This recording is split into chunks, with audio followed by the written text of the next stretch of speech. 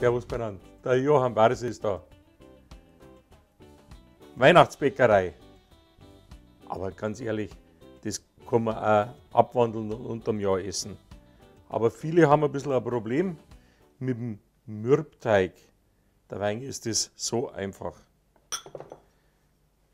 Wir brauchen zimmerwarme Butter. Genau. Ist nicht gescheit. Zucker. In dem Fall der einen braunen rein. Eine Prise Salz. Und das mischen wir jetzt einfach einmal.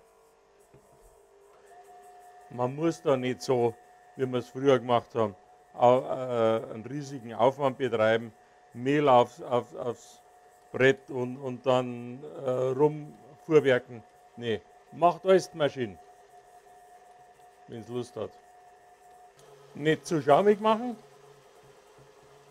Schaumig, wenn wir es machen, dann können wir Spritzgebäck machen. Wollen wir nicht.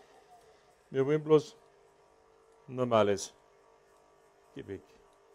Dann kommen die flüssigen Bestandteile rein, in dem Fall ein Ei. Dann kommen solche Sachen wie Nüsse rein. Wir haben hier Pekannüsse, schauen so ähnlich aus wie Walnüsse, aber schauen wunderbar.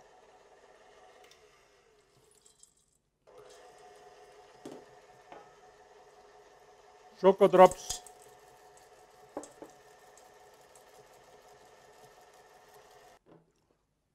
Und dann gesiebtes Mehl.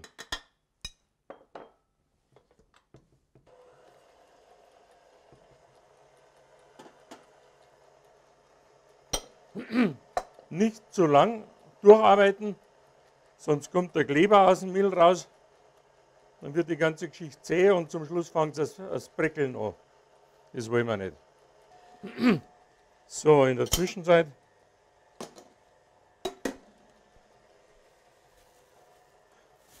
richten wir uns eine Folie her.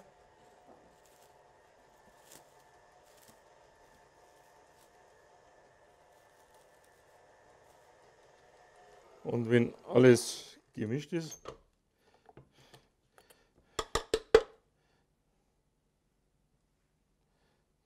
dann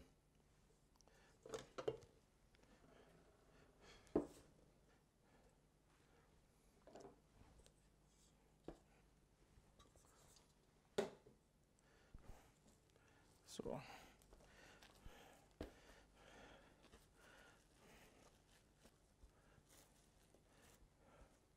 So, dann machen wir da draus die Rolle. Je nachdem, wie dick wir die Platzl haben wollen.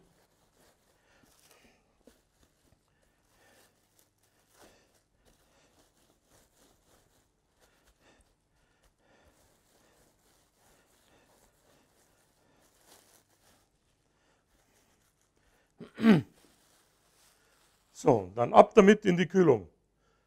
Dann müssen wir es 2 Stunden kalt werden lassen und dann geht es weiter.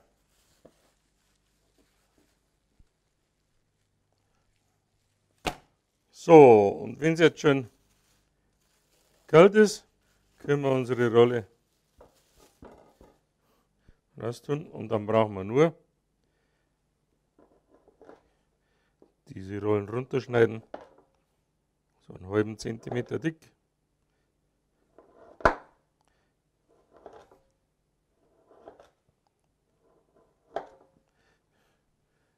So.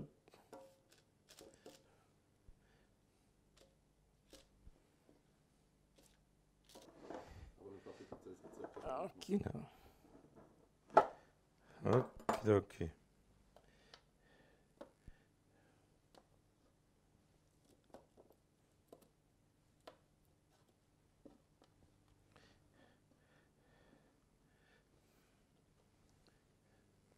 Unsere Schokotaler kommen jetzt bei 180 Grad in den Ofen rein und schmecken ja nicht bloß vor Weihnachten.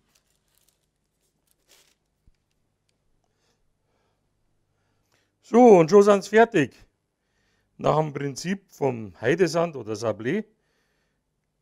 Das könnt ihr am Vortag den Teig machen und dann ganz frisch rauspacken.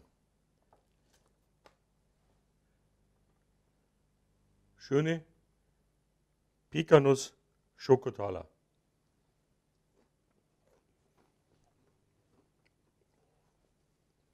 Mit vollem Mund redet man nicht. Viel Spaß beim Nachmachen. Und aufpassen, was Neues gibt. Servus, Bernhard. Johann Basi kocht.